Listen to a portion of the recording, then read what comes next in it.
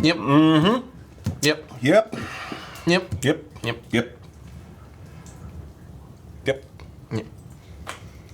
Yep. Yep. Yep. Doctor says that lump on my neck isn't anything. Really? That's good. Well, I think it goes really well with your whole thing. Appreciate it. Thanks a lot. Cheers.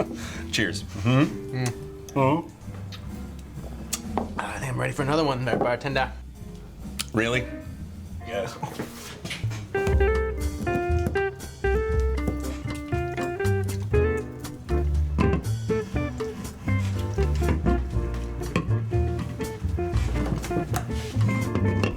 Thank you. You're welcome. What are you working on?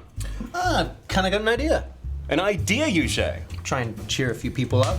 Well, Thirsty Botanist is very cheerful. It is. I can see how that could green. cheer people up. It's green. It's Christmassy. Yeah. Is this like a Christmas present type of This thing? is a Christmas present for our beer followers. Awesome. Fans. Speaking of our beer followers, hey, Hey. friends. It's Cody and it's Brett from Booth Bay Craft Brewery, and we are doing another Tap Chat.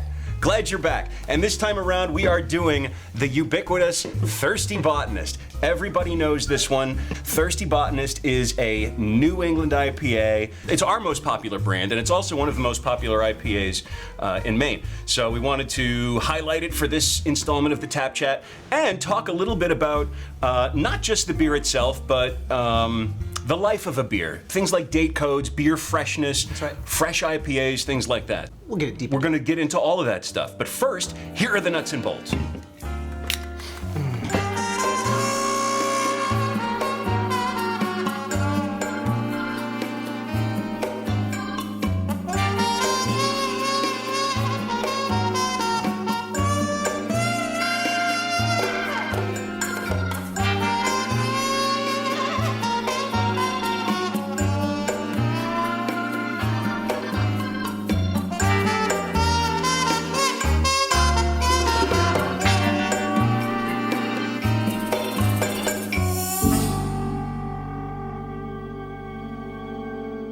Thirsty Botanist New England IPA. If you're familiar with the style, it's the hazy, it's the juicy, it's the citrusy, it's the mango, it's the melon, it's the tangerine, it's all of those fruit notes, but there's no fruit in the beer.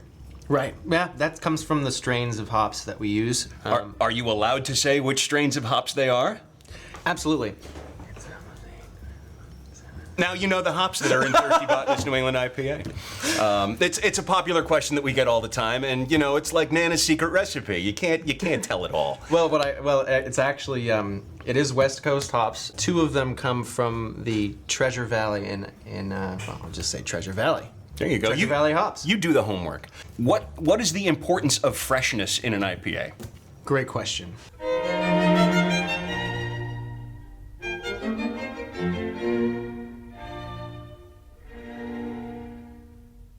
Beer is a living thing. It literally is a living thing. There's live ingredients. I mean, when you dry hop, this is a single dry hopped beer with way too many hops. Dry hopping basically means adding hops. Adding whole, basically raw hop leaves directly into the fermentation phase of brewing. So it's after all of the wort has been cooked and boiled and everything like that, and it's during fermentation that you add hops to the beer.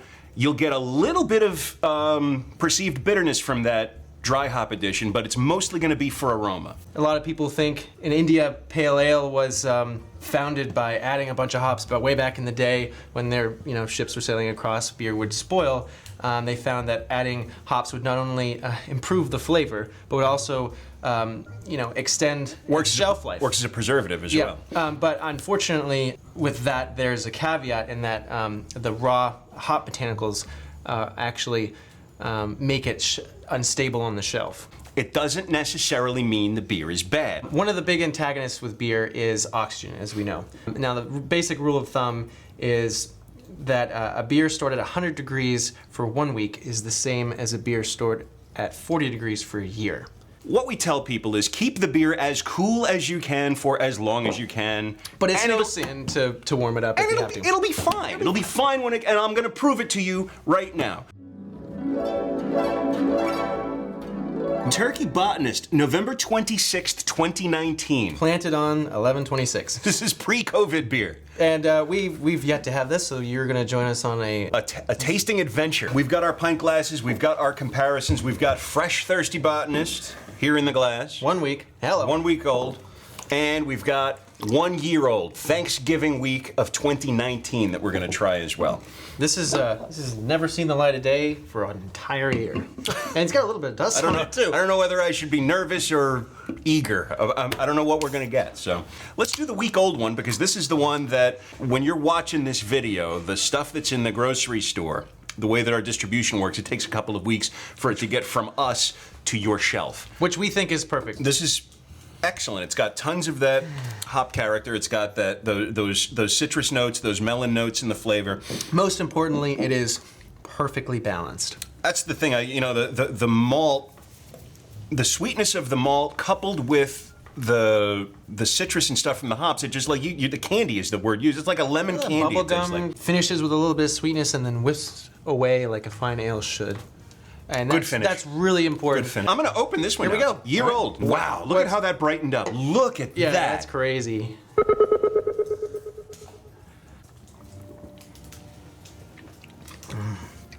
Still really good. It's actually really good. Oh my it's God. actually really good. Now, a lot of the...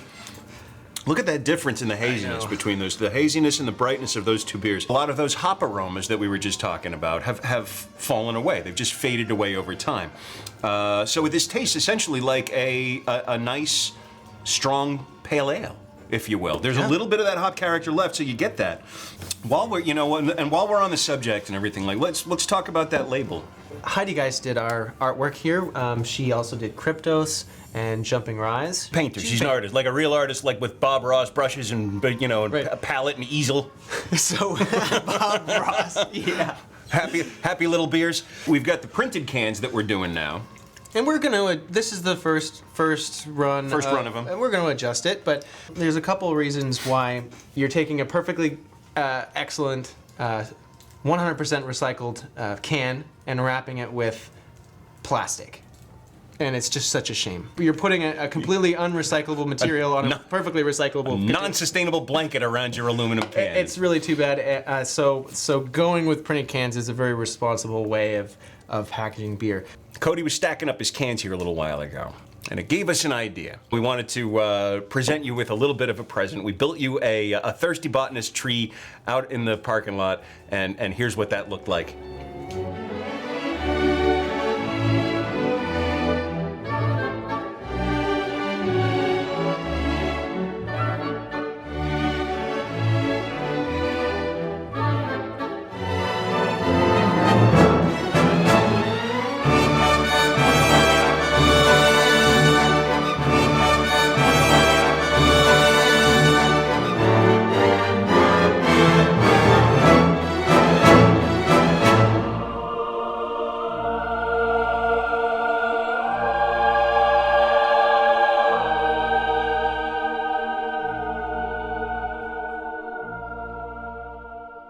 So there you go, there's Happy Holidays. If you want to make a smaller tree, one that you can have in your house, the Crowler Can Advent Calendar that Lori made. Basically, what you do is it's 24 days in Advent. You take 24 crowlers and you glue them together in a tree.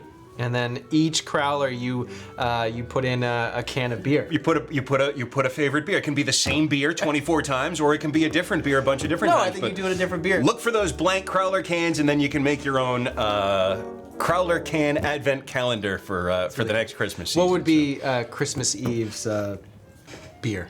Oh, Staganos. Yeah, that's you gotta go with the barrel-aged stout for the last day of the year. Thank you for making 2020 a success for us. It was we couldn't have done it without you.